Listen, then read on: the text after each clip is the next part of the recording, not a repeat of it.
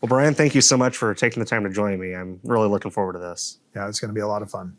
Whenever you talk at banquets or you do interviews, stuff like that, I always hear you tout the team that you've built at WRG. And that's the people that work in this office every single day, the people that drive the trucks and trailers up and down the roads, that fly to and from events every single week.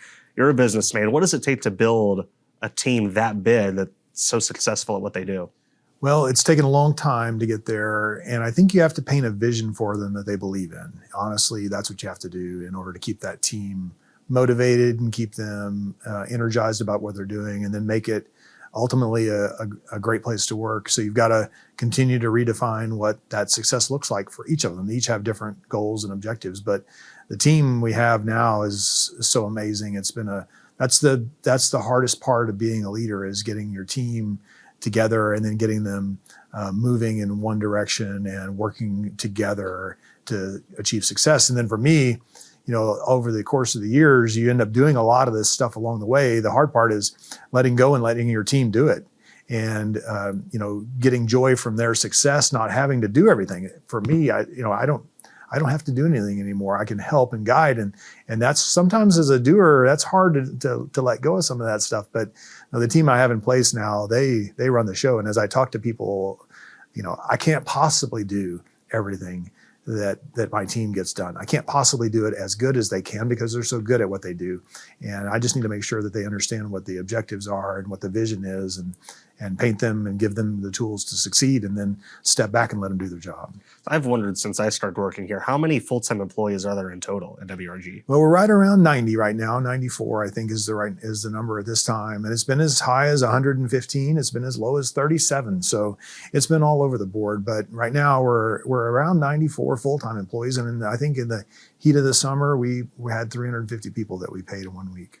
That's a lot. It's a lot, and it's a lot to organize and manage and to get people going up and down the road. But we have a lot of things going on, and managing that team, you can't do it as a one man. You can't do it as one man. And I think that a lot of the people that founded these businesses were trying to do it with one person, what Glenn Donnelly and Bob Memmer and Ted Johnson and those guys, that it's become something I hope that they're all proud of, and that they can be proud of, but it's something that they just weren't really organized to do it. WRG is involved in so many different ventures that make up that team, different series from sprint cars, ASCS now as of 2024, late models, bid block modifieds, midgets, all that stuff. I want to talk a lot today about the state of the sprint car industry, the state of the World of Outlaws Sprint Car Series. A lot of excitement around 2026, big events. It's an exciting time to be a fan of the World of Outlaws. As far as the 2026 schedule goes for the sprint cars, what parts of it do you think set the series up for yet another successful season? Well, the consistency and the desire for us to return to all the racetracks is something that that means we've done a good job this year, and done a good job putting the calendar together in 25 and 24, and we continue to adapt it. But the stability of that calendar bodes well for the quality of the show, the quality of the team, the relationship we have with the promoters. So, there's always a little bit of nuance of piecing it together, and, the calendar will flip us forward or backwards a week. So it's an interesting dynamic, but most of these racetracks we have an ongoing relationship with. It's been very successful, not only at the Outlaw level, but at a dirt car level, and through the other series, through World of Outlaws late models, or through the Super Dirt Car Series, or through Summer Nationals and UMP. So it's really getting all those pieces and managing all of those things in. I couldn't possibly do any of that without the Carltons of the world, or Steve's and Dean, and trying to figure out, and Jeff with his events team. It's like those things are all done, but it's, there's a spreadsheet that's five, it's we say 5, but it's more like 12 columns wide, and all of the days, and trying to get it all in different color coding, and it's complicated. But there's so many good things about the sprint car schedule. We continue to evolve the travel.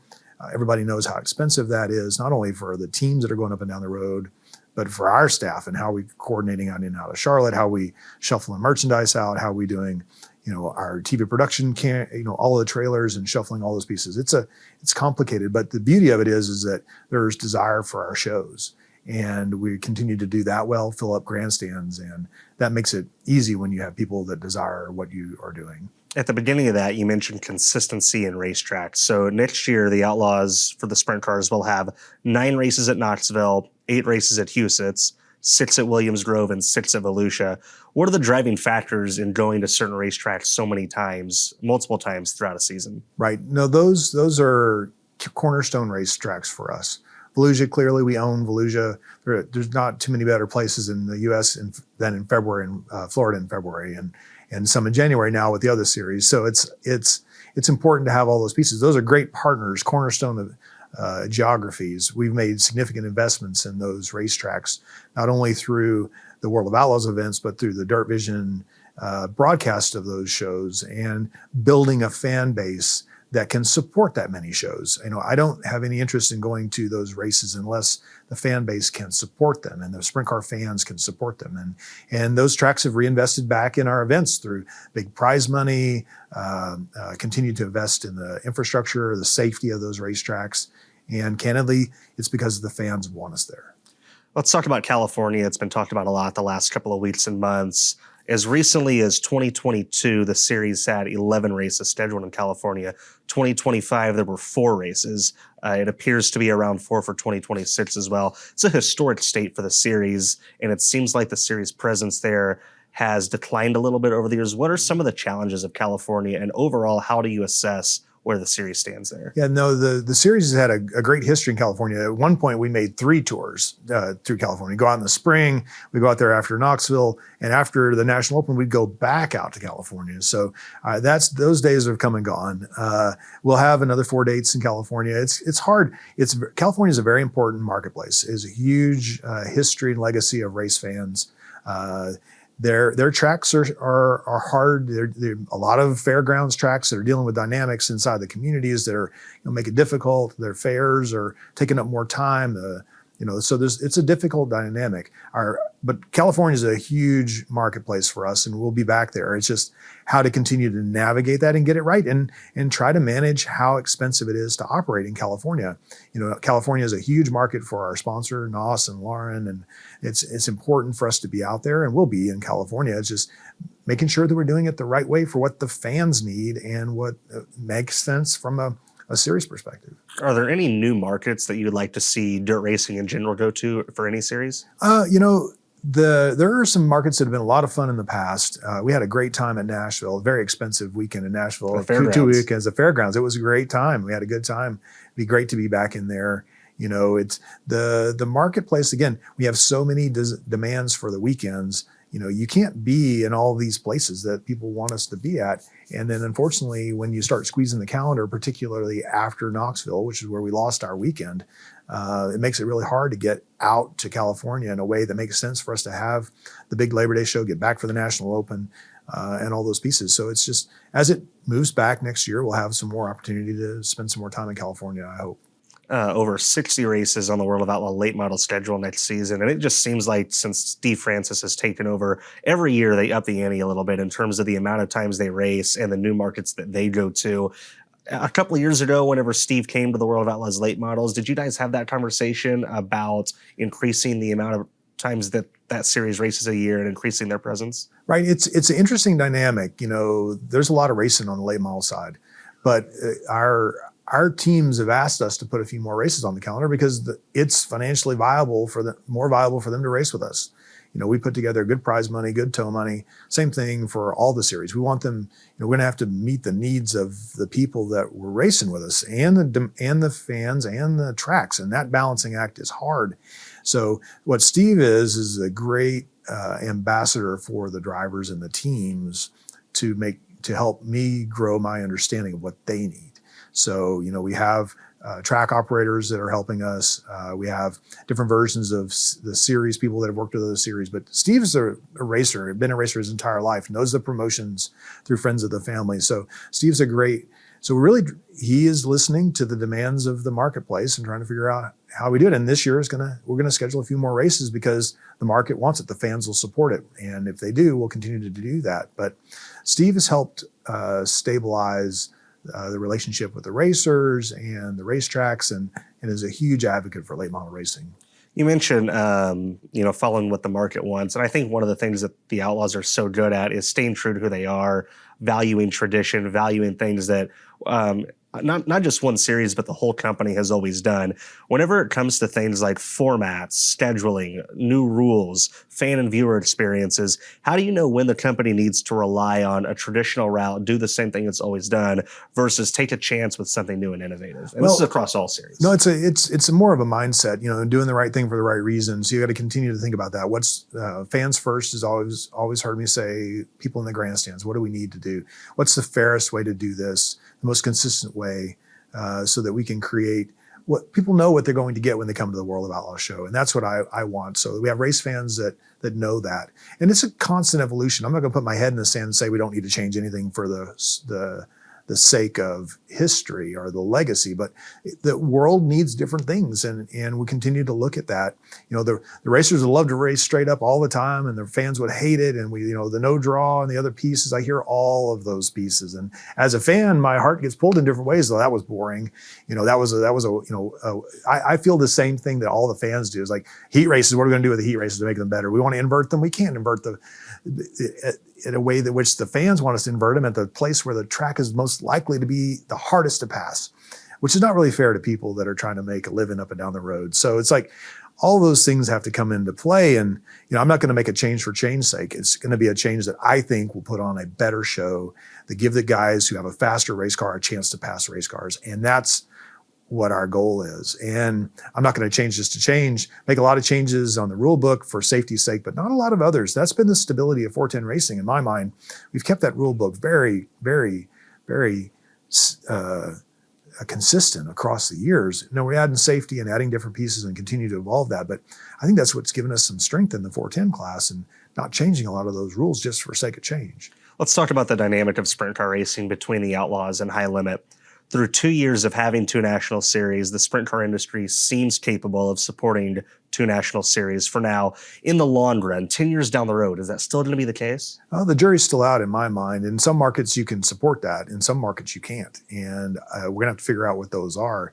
Again, we've been doing our schedule very consistently, 90, 85, 80 races. We completed 66, I think, this year.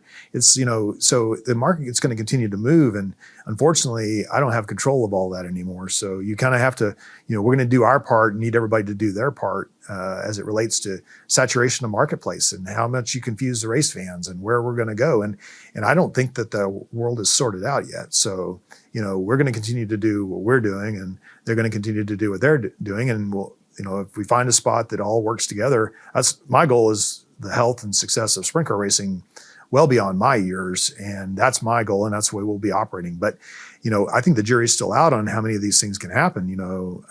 California is a great example. A lot of racing in California, particularly after August, nothing in the spring now this time. So, where does the supply and demand balance out? And it's going to take a balancing act, so that's yet to be seen how this all plays out. So High Limit is promising future huge, unprecedented season-long payouts. Their champion in 2029 projected to make $625,000. In 2029, also the top 10 franchises estimated to make $3.7 million. These are big numbers. You're a businessman. In your opinion, are these numbers sustainable for them?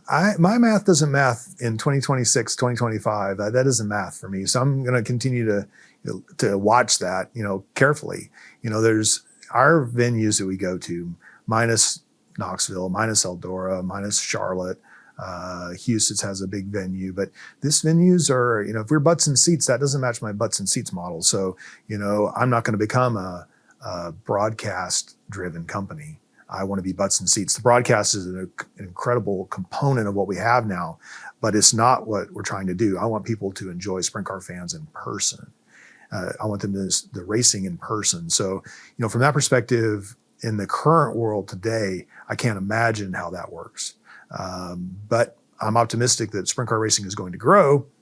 And how we allocate that. My question is that what the investment is requiring? Do the tracks need more? Do the fans need a different experience? The first thing I did when I could see that we were going to get through COVID and we're going to get out is I spent $1 million on video boards and trucks and trailers to go up and down the road so that when the fans came back, they would see an experience that they had missed for a long time, and they could come back and see us with that in-person experience.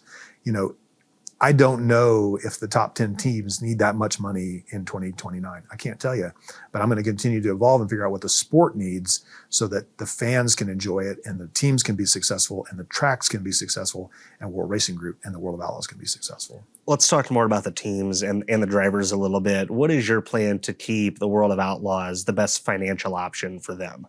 Yeah, that's it's the whole package. The pieces that people, it's easy to do math on a point fund or some version of a guaranteed money. It's the additional pieces. We're going to continue to strive to be the best there too. The point funds, the tow money, the payment to the teams, the protection of the teams and their merchandising, the different pieces, but it's the iRacing royalties and the investment in socially and the different pieces that we provide to the teams that the casual fan wouldn't know. The revenues from trading cards and the different pieces. It's the whole package. The promotion of their brands, the video presentations that we do at track at these video boards to creating their own persona, putting a face. I hope that the sprint car fans know faces because of Dirtvision and the video boards. Those are the pieces that, are way beyond money to the race teams. And we continue to be good to them. That's how we have the guys. And on the top of that, the legacy. In my mind, the legacy. They're going to climb that all-time wins list. And we've got 3 or 4 of these guys that can break into the next level of all-time wins list, and they can't do that unless they're racing with us.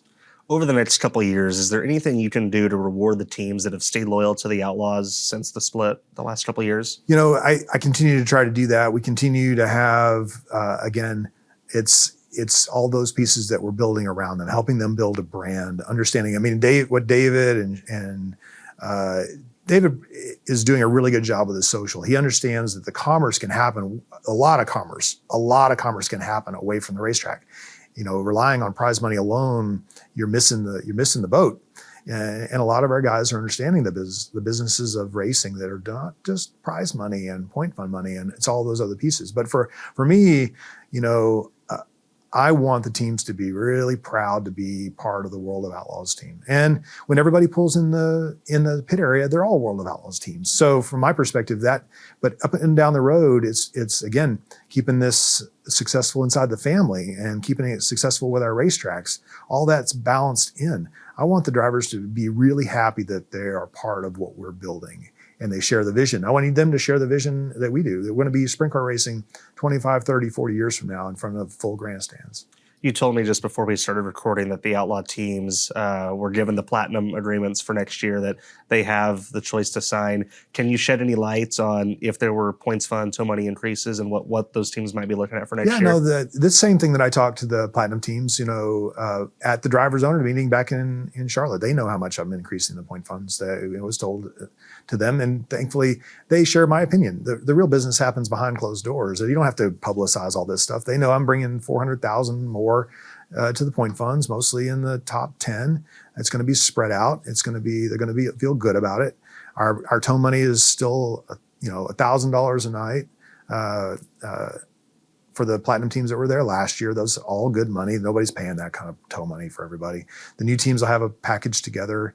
They'll get some benefits until July 14th. This is the same it's been. It's just enhanced in the point fund, which targets the teams that I want.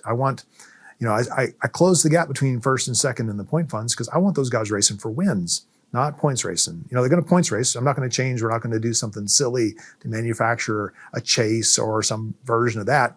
We're going to race points racing, but I want them to go for that win. And then the points then will be compressed in the top 2, 3, 4 guys where they're running for really great money at that level, but they're running for wins. That's what the fans want.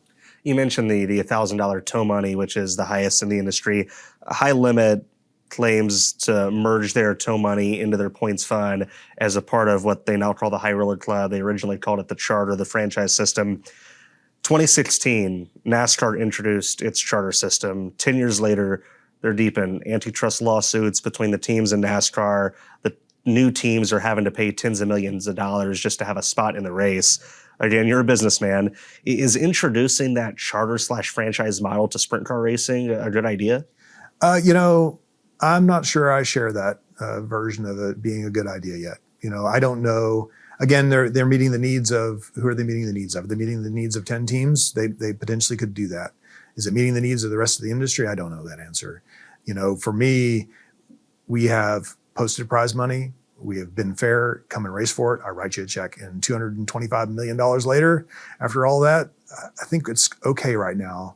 My vision of this is not to have that. I want to protect our teams. I want to make sure that they know that we've got their backs and they're part of something bigger. It's part of something that we're promoting all of dirt racing, so that they have a place to race 20 years from now. Because these tracks are part of the balancing act as well. The fans are part of the balancing act. So, consolidating that money into 10 teams, I don't know how that plays out. You look at the late model world, having 2 national series has driven race purses up. It's seen the emergence of contingency programs that are aimed at rewarding more and more money to competitors. The Coltman Farm Strap in the late model series is a great example. Do you see the same happening to sprint car racing? Well, I don't know quite yet. I'm hopeful that the sport continues to grow, and having a reinvestment or other companies investing in the growth of sprint car racing, I'm excited about that part of it. The World of Outlaws late models and Lucas Oil were formed within a few months of each other. It wasn't more than about a year and a half by the time everything got started. And both of them. So they've been coexisting for 20 years now, or almost 20 years. So it's a different piece, so the dynamics of what we have now wasn't much different than when we had with the World of Outlaws and the All-Stars and different versions of this stuff. So we've always had other series. It's just, how do you balance it? And candidly, by the time we were done with COVID and the year after, the All-Star schedule didn't look too much different, minus some events in California and Las Vegas. So the question is, how do you balance that all in, and what does that look like? And I'm going to continue to do good by the people that are sticking with us, and including the teams and the tracks, and figure out how to make that pie bigger for everybody. Did it surprise you that Brad Sweet and Kyle Larson, who have raced with the Outlaws for years, started their own series? And they originally stated that they weren't there to compete with the Outlaws. They didn't want to go head to head. Why do you think that changed? I don't know why that changed. That's a great question for them, because that was not their intention when they announced it. But I also know that the dynamics of that time frame were looking for an avenue in, and candidly, they weren't going to be able to get to what we have without trying something different. So, I don't blame them for realizing that in order to get the economics out of it, they're going to have to do something different than what they were doing. The weekly piece was not really what they intended to do, but that's what they started with. So, the versions of competition, it's interesting, the versions of competition, are you calling sponsors? Are you calling tracks? Are you calling employees? Are you calling teams? Those versions of that. Okay, are we competing or not competing? It's like, pick one, or which one are we going with? And we're competing. We all want the same thing. I think we all want the same thing. I know that I want sprint car racing to grow, dirt racing to grow. And I believe they want the same thing. We just have different approaches. They create a lot of attention to their series by marketing Kyle Larson. The Outlaws rely on simply being the World of Outlaws, and that World of Outlaws brand that's been built up over the last 4 decades. What does that say about how strong that World of Outlaws brand is, that is what elevates the series? It always has been. I've commented, and Steven Kinzer and I've bantered over. It's like, I told him one that I don't care what color the car is once it comes in the pit area. So not one particular guy can be the World of Outlaws, and I never intended it to be that. It's about having an event where you have the best sprint car drivers coming and racing with you, and you're bringing something to the local track, to the people that are enjoying dirt racing all the time, and they know what they're going to get, which is they're going to see some badass sprint cars on a track they're familiar with, and we're going to put on the greatest show on dirt. So that has never been dependent upon one person, and I hope that it never is dependent on one person. When you see young people, Buddy Kofoid's a great example, who's almost half as old as the World of Outlaws series. When you hear him say, "I want to be a World of Outlaws champion," does that put a smile on your face? It does. It creates the longevity of the brand, the longevity of the dream that Ted Johnson had. That we've been carrying the torch forward since 2003.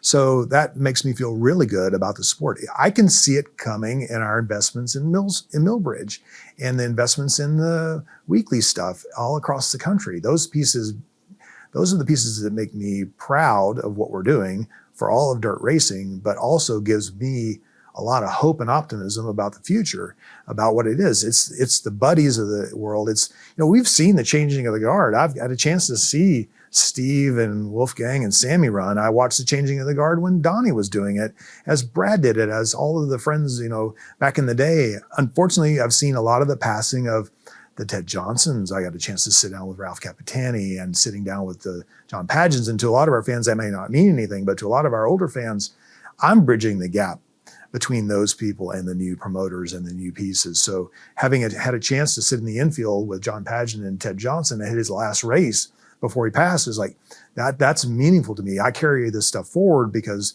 those guys had a dream and figuring out what they were going to do and enjoying sprint car racing. And I'm getting to carry it forward and trying to make other people aware of it. Do you still remember specific lessons they taught you? Do you ever sit down and think, what would Ted do? What would Ralph do? I do, but the world has changed so much since those guys were promoting. But yes, I do. I try to think back. It's like all those different pieces of it. How do you carry forward? And are they, I reminisce, but you can't reminisce too long or you get caught up in it, so you gotta get after it. And the world has changed and more people are aware now than ever have been about sprint car racing.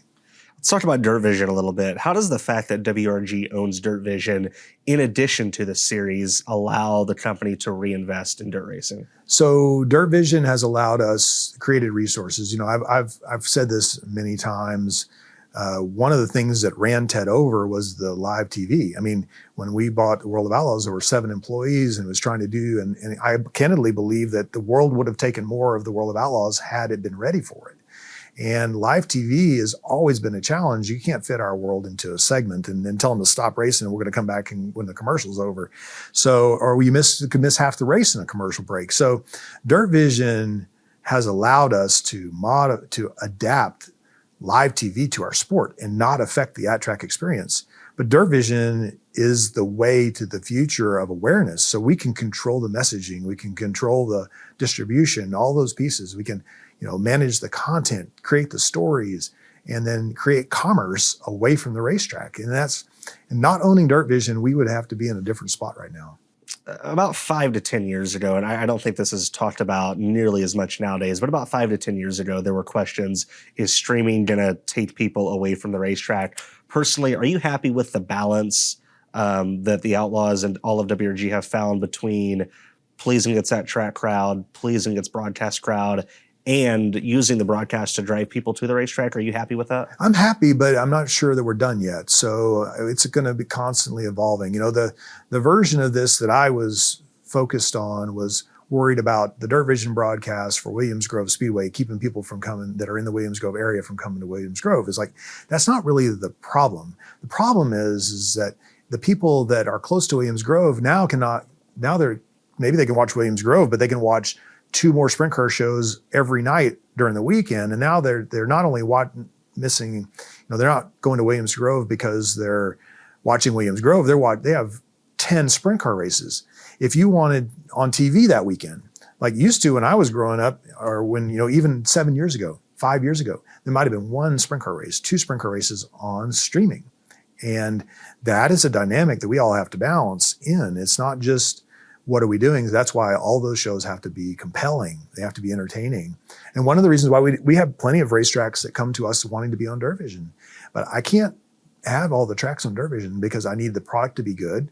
And I need them to, whatever we show them on Dirtvision, the people will want to come in person. So it's a difficult balancing act. And we haven't sorted all this out yet. It's, in my mind, we got to be really careful as we are in a tough economy and people are choosing where they spend their money. They always have, but now they have got a lot more choices and cost-effective choices, not only with Dirtvision, but with Flow and what they're doing on a Friday, Saturday night. How does WRG's Dirtvision model, which has been fully integrated for a long time now, numerous years, how does that differ from other rights holders and broadcast providers in the industry? I get told stories. I hear the stories that people want me to hear, but it's different. If it's a different model, people buy content, they resell that content, and they trying to figure it out. And if that content's not producing, then they'll change their content investment.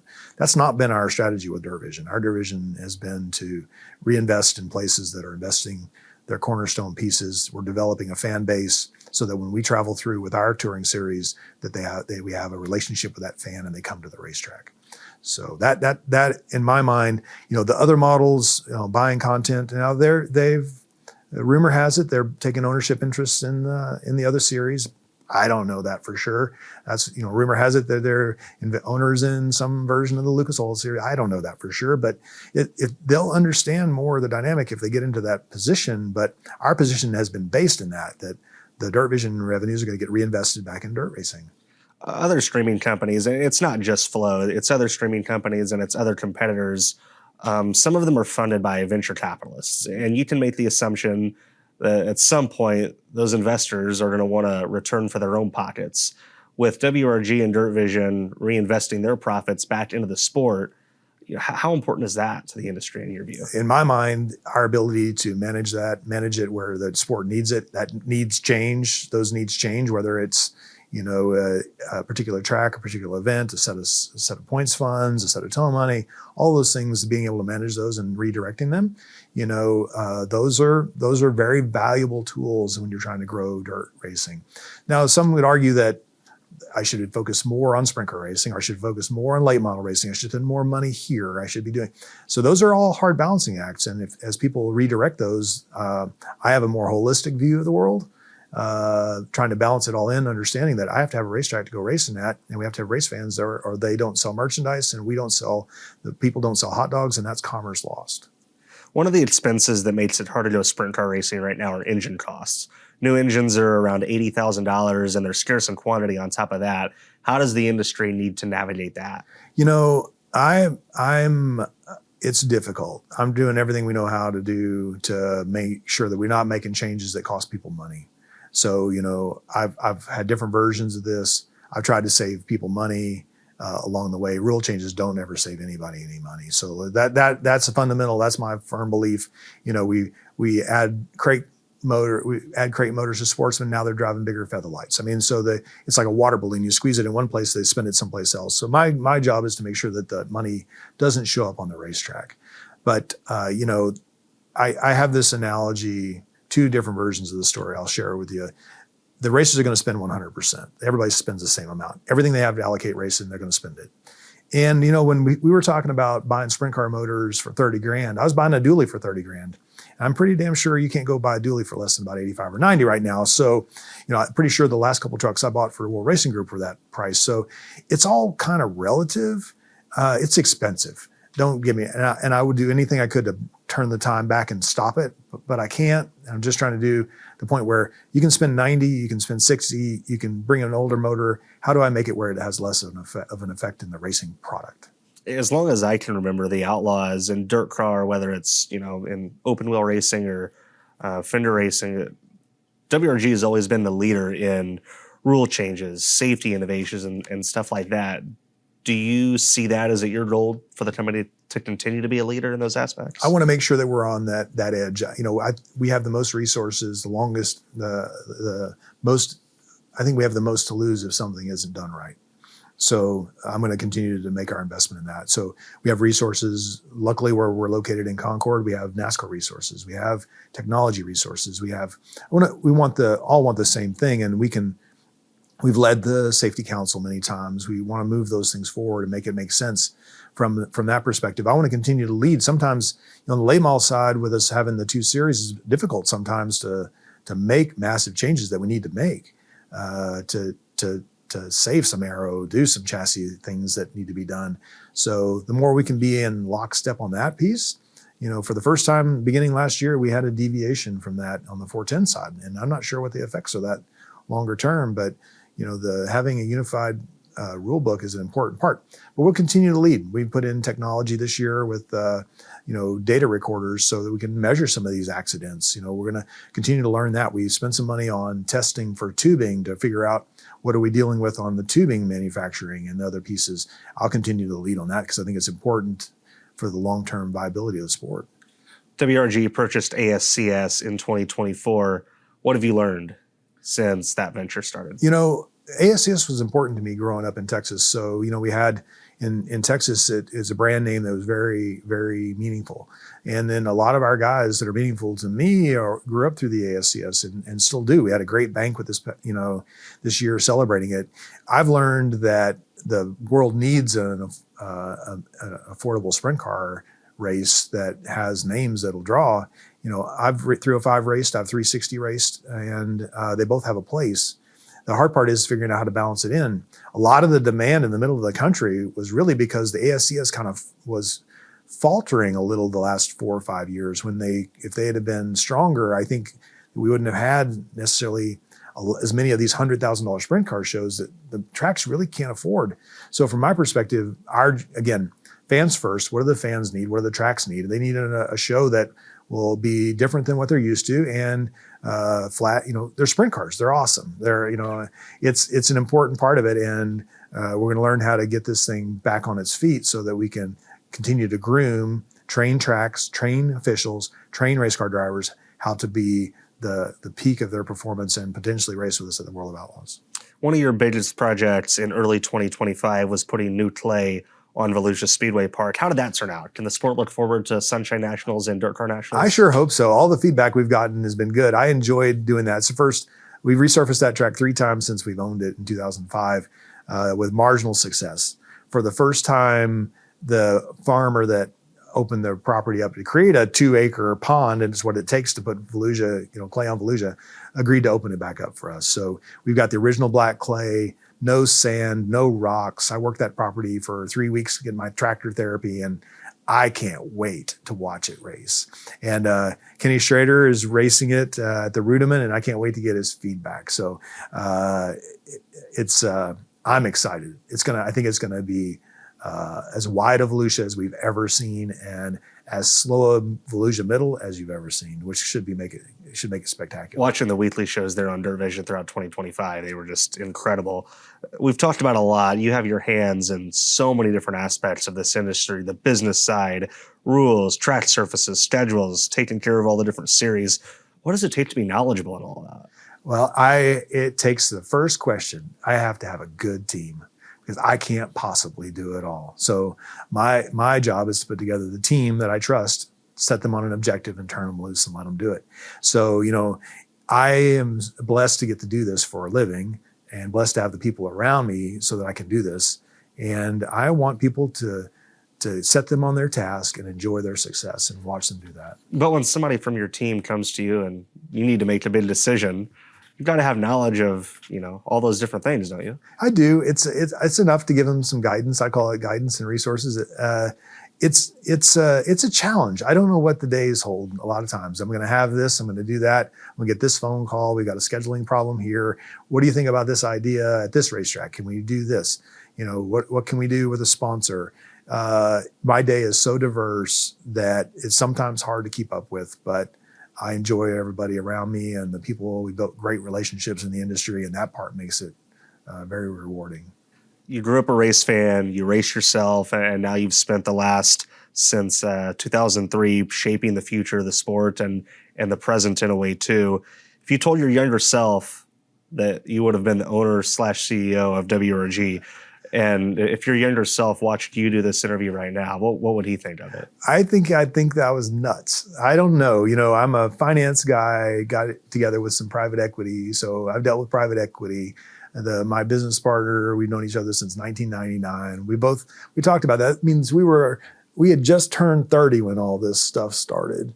And I'm, 30, I would have been 34 in 2003. I'm like, what are we doing? It's like we're making a living dirt racing. And it's I just said I'd have been crazy. You're crazy. I grew up as a fan. Now I can affect it in a positive way. I bridged the financial markets back in the day. We don't have private equity involved anymore. Jason and I are the only two involved. We got it. We went through the cycle. We brought them in. We got them out, and we used their money and we got them back out. And it's been an interesting ride, and I wouldn't possibly change any of it. I wouldn't know what direction it would take me. So with all that from the past being said, you've now crew chiefed this operation for over 20 years since you got involved with WRG in 2003, became the owner and CEO several years later. What's the future hold for Brian Carter? Well, I'm not done yet. So I think that was one of Donnie Schatz's thing. It's like, I'm still got some things to do. I'm very optimistic about it. I see all the youngsters coming. I can see the excitement and the energy around sprint car racing, around all dirt racing. For me, it's to continue to build my team so that the day-to-day interactions, because their reliance upon me is less and less, so that somebody's going to be sitting in this chair someday. It's not going to be me. And I don't know when that is. The good Lord knows that answer. So at some point, I've got to prepare for all that piece, and I've got a great team to do it. And my job is to make certain that the world knows that what the World of Outlaws is, what World Racing Group is, and it is in a position to survive without me. And as hard as that is to say, but that's the truth. And it's my job to make certain that all those pieces are in place. Well, thank you so much for being so generous with your time and candid with your answers. We appreciate everything you do. And here's to 2026. I'm excited. Can't wait. Thank you, Brian.